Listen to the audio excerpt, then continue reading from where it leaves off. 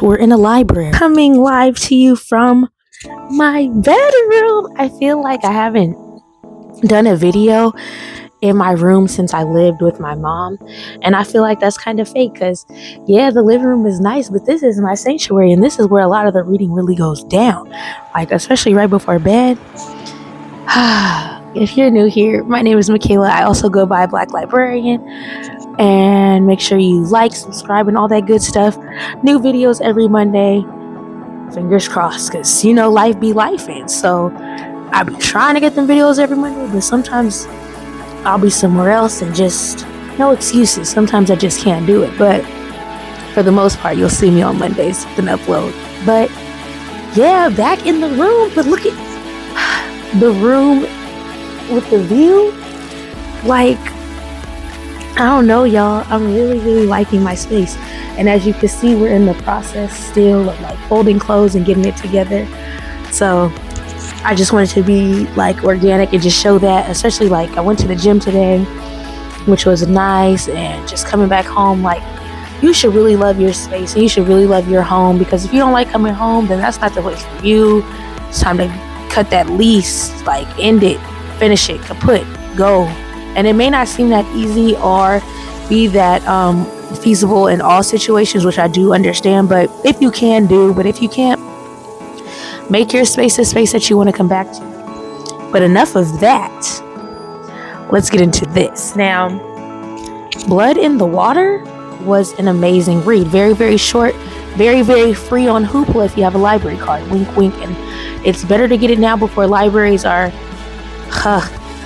their funding may be cut, and it's getting scary out here. Like if you're passing out information to the public and you want them to have knowledge of what's going on around them, you're under attack. Like y'all see what they did to NPR, and if you don't, I'll probably link the article right here, but I think they just shut them down. A few like late night shows, and Tiffany is the one who writes for the children that look like Kaylani, who's the girl featured on this cover. Now her father is incarcerated, and it's interesting because they also like talk about her relationship with her dad, even though he is in jail for something that he did not do.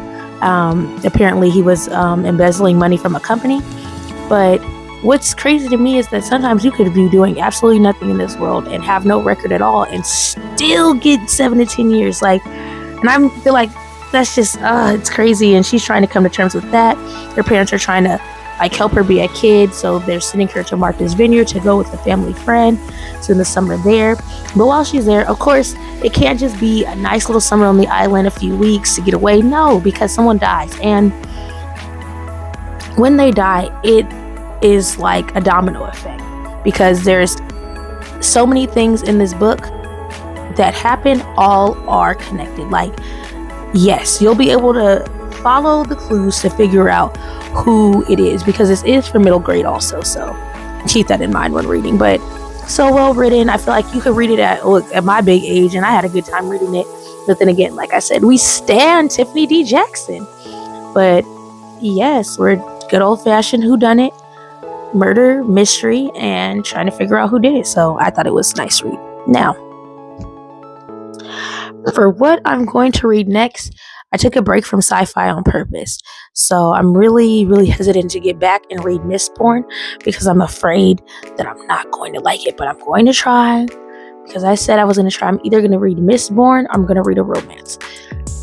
That's it. I'm tired. I really want to read a good romance. If you have any good recommendations, please put them down in the comments. But yeah, I just want you to come. First of all, I want you to go get Blood in the Water. Go read that. And I also just wanted to share my view when I wake up with y'all, to see what it's looking like in the new spot. Just wanted to talk to you a little bit, to get a video in on Monday. I hope that y'all have a good week. Go be active. Go be social. Oh, but before I go, I did want to tell a story about how reading can really connect you with other people's, and it's going to be a series that I'm going to start actually filming, just connecting through books, because I was just in like a random shop that's by my gym. I was about to give me an empanada because the girl was hungry, wanted a little matcha, something cute. Met a lady. Her name is Annie, and we were talking about what she was reading because she had a book. I said, "Oh, what are you reading?" Some Stephen King.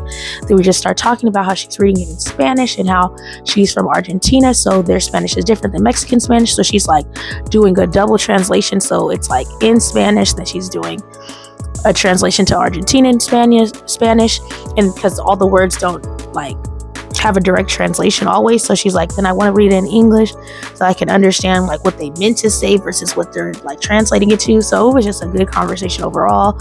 Learned a lot about her culture when she was talking about how her friends are like your family. You get to choose them because you stay with your family for so long that you don't want them in your personal business as much, so you'll connect with other people and just be so transparent about your life and things like that. And I thought it was beautiful because, you know, out here in America, we are not like that. It's very like, it's everybody's putting on airs, like everything's just good, you're never gonna see the bad.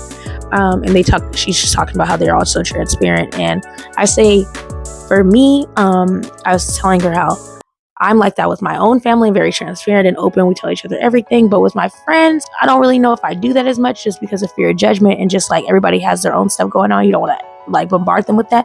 But she was just explaining how free it is and how easygoing it is, and everybody's just like, oh, that's life. Like, it's not taking it seriously. So I guess that's something I'm going to take into the week, because just meeting her and talking to her, and I can't wait because she said we're going to go salsa. But shout out to Annie.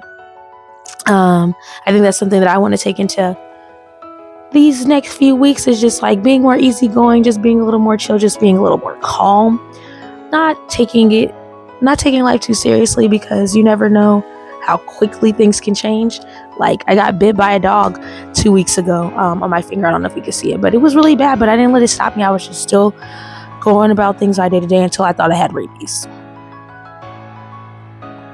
But we're back, so I just hope that you take the good in the week, the bad in the week, and just take it as it is, but don't let the bad overshadow the good, because life is too good to be bad. So have a great week. Happy Monday. Thank you for watching, and I will see you next week. Peace, y'all.